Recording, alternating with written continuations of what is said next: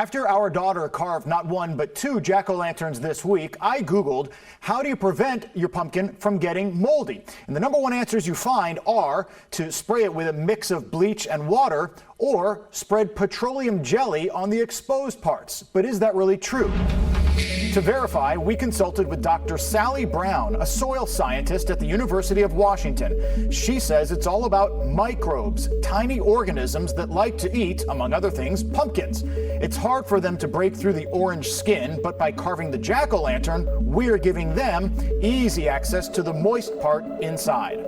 If you want to kill microbes in general, putting bleach on the exposed part of the jack-o'-lantern will work. But bleach is water soluble, meaning it won't stand up to any humidity, let alone rain, which is why petroleum jelly does the trick even better. It's made out of thick hydrocarbons, which is a fancy way of saying that is thick goo that is very difficult to eat, and it'll restrict airflow to the exposed parts of the pumpkin. So it's going to make it very hard for any microbe that's in there already chowing down to continue eating, because they like to breathe when they eat, same as we do. Dr. Brown says any type of oil coating, like paint, should work, but that can make it harder to properly dispose of the pumpkin after Halloween is over, which, bonus verify, composting is the way to go. The same reason that you're asking me how to stop it from molding means that it's going to decompose really quickly. We can verify that, yes, using a mixture of bleach and water, or better yet, petroleum jelly, will help delay the molding process on your jack-o'-lantern. I'm Steve Bunin. Happy Halloween.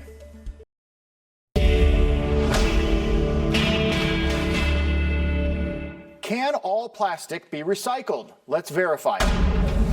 Our sources are the Environmental Protection Agency, a 2020 study by Greenpeace, and Allison Fowler, an outreach specialist from WM, the largest waste management company in the United States. The EPA says the amount of plastic Americans recycle annually equates to removing 890,000 cars from the road in a single year. It could be more, but not all plastic can go in the blue bin. Clear plastic like jugs, jars, bottles, tubs, those are recyclable. As a general rule, plastic bags and plastic wraps cannot be recycled curbside because they don't break down easily. Plastic bags present a singular problem. Those bags can get tangled up in the sorting wheels at our recycling facility and cause hazards. Hazards for the workers, and it gummies up the entire system while it's slowly separated.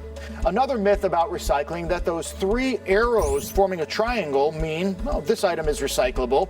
It doesn't. The number inside is actually a resin identification code indicating what type of plastic it is, and generally speaking, only number 1 and number 2 go in the blue bin. Shower curtain, hoses, swing sets, things like that, they're made of plastic, so can I recycle that too? No, so just because something is plastic doesn't mean it's necessarily recyclable. Plenty of items that might seem recyclable are not, and we can verify not all plastic is recyclable either. With your Verify, I'm Steve Bunin. Does drinking water reduce the side effects of your COVID-19 shot? Let's verify. To find the answer, we poured through numerous articles and scientific studies and consulted with 2 nationally renowned virologists, Dr. Alex Greninger at the University of Washington and Dr. Larry Corey, who is coordinating the American COVID vaccine effort. Will drinking water prevent me from getting side effects? Unfortunately, the side effects that come from the inflammation response in your arm as nanoparticles filter through your body is not going to be affected by the amount of fluid you take. This 2002 study of hydration and immune cells and this 2017 study about water consumption and vaccines are among the many scientific papers that prove there is no direct correlation between hydration and your immune response. Age is the only true predictor for side effects. Our body's immune response changes as we get older. That's why older people tend to suffer fewer side effects from the COVID vaccine. Being dehydrated is never good for your health, of course, but being overhydrated can cause problems too. It's probably better to be reasonably hydrated after you take one of the vaccines because it will help you make it feel a little better. I don't want to oversell it as like something that's going to make a major difference here. It's really about what's going on with your immune system. We can verify drinking lots of water won't make any difference in your response to the COVID vaccine. It's essentially a biological crapshoot. With your Verify, I'm Steve Bunin.